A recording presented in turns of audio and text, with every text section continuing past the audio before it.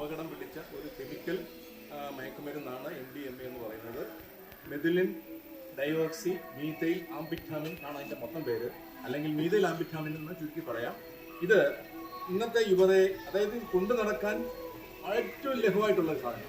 1 gram MDMA ഉണ്ടെങ്കിൽ ആരോഗ്യമുള്ള 11 പേർക്ക് ഉപയോഗിക്കാം. അതാണ് അതിൻ്റെ 1 ഗ്രാം ആരോഗ്യമുള്ള 11 പേർക്ക് ഉപയോഗിക്കാൻ പറ്റും. ഈ ഉപയോഗിക്കുന്നവർ ഇത് നിരന്തരമായിട്ട് ഒരിക്കൽ ഉപയോഗിച്ച് കഴിഞ്ഞാൽ രണ്ടാമത് ഉപയോഗിക്കാൻ പോകും. വീണ്ടും അത് 3-4 പ്രാവശ്യം ഉപയോഗിച്ച് കഴിഞ്ഞാൽ പിന്നെ അതിന് പിന്മാറാൻ പറ്റില്ല. ഇത് നമ്മളാരും വരുത്തി വയ്ക്കുന്നതല്ല. നമ്മുടെ തലമുറയോ അല്ലെങ്കിൽ നമുക്ക് ശേഷമുള്ള വരുന്നത് നമ്മുടെ കുഞ്ഞുങ്ങളോ യാദൃച്ഛികമായിട്ട് അവരുടെ സുഹൃത്ത് വലയത്തിലോ അല്ലെങ്കിൽ ഏതെങ്കിലും വലയത്തിലോ ചെന്നിട്ട് അനുഭവിച്ചു പോകുന്ന, പിന്നെ അവർക്ക് അതിൽ നിന്ന് പിന്മാറാൻ പറ്റില്ല. ഈ അടുത്ത കാലത്തൊക്കെ നമ്മൾ പത്രത്തിലൊക്കെ വായിച്ചില്ലേ, സ്വന്തം അച്ഛനെ വെട്ടിക്കൊന്ന 16 വയസ്സുകാരനെ കുറിച്ച് ഇല്ലേ, സ്വന്തം അപ്പച്ചിയെ വെട്ടിക്കൊന്ന 14 വയസ്സുകാരനെ കുറിച്ച്. അതായത് ഈ അപ്പച്ചിക്ക് മക്കളില്ല, അവരുടെ സഹോദരന്റെ പുത്രനാണ് ഈ 14 വയസ്സുകാരൻ. ആ വീട്ടിൽ ചെല്ലും, എല്ലാ ദിവസവും വീട്ടിൽ ചെല്ലും. അപ്പോൾ ഈ വീട്ടിൽ ചെല്ലുമ്പോൾ ഇനി ഇവിടെ നല്ല സ്വാതന്ത്ര്യം. ഒരു ദിവസം ഇവർ പൈസ വെച്ചേക്കുന്നവർക്ക് പൈസ കാണുന്നില്ല. അങ്ങനെ യാദൃച്ഛികമായിട്ട് അവരിങ്ങനെ ഒരു ദിവസം വീട്ടിൽ വന്നപ്പോൾ ഇങ്ങനെ ശ്രദ്ധിച്ചപ്പോഴാണ് ഇവന് പൈസ എടുത്തുകൊണ്ട് പോകുന്നത്.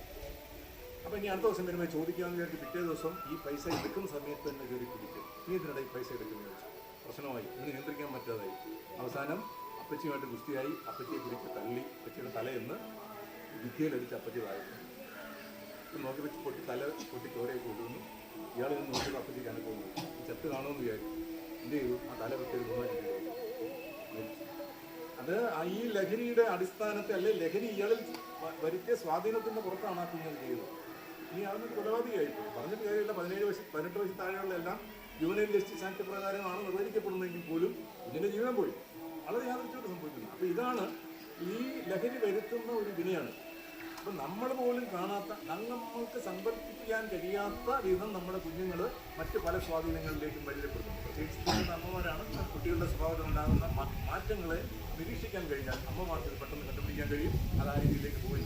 എന്തായാലും ലോകത്തിന് ലഹരി വരുത്തുന്ന വിന വളരെ ഗുരുതരാവസ്ഥയിലേക്കാണ്.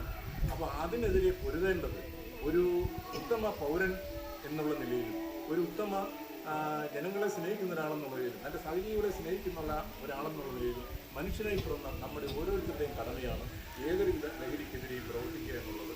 അതുകൊണ്ട് നമ്മുടെ തുടർന്നുള്ള ജീവിതം, അല്ലെങ്കിൽ തുടർന്നുള്ള ഓരോ നാളുകളും ഈ ലഹരിക്കെതിരെ പെരുമാറാനുള്ള, മറ്റുള്ളവരെ ബോധവൽക്കരിക്കാനുള്ള, മറ്റുള്ളവരെ അതിൽ നിന്ന് പിന്തിരിപ്പിക്കാനുള്ള ഒരു ശ്രമങ്ങളാകട്ടെ എന്ന ഒരു ചെറിയ സന്ദേശത്തോടുകൂടി ഞാൻ എൻ്റെ വാക്കുകൾ.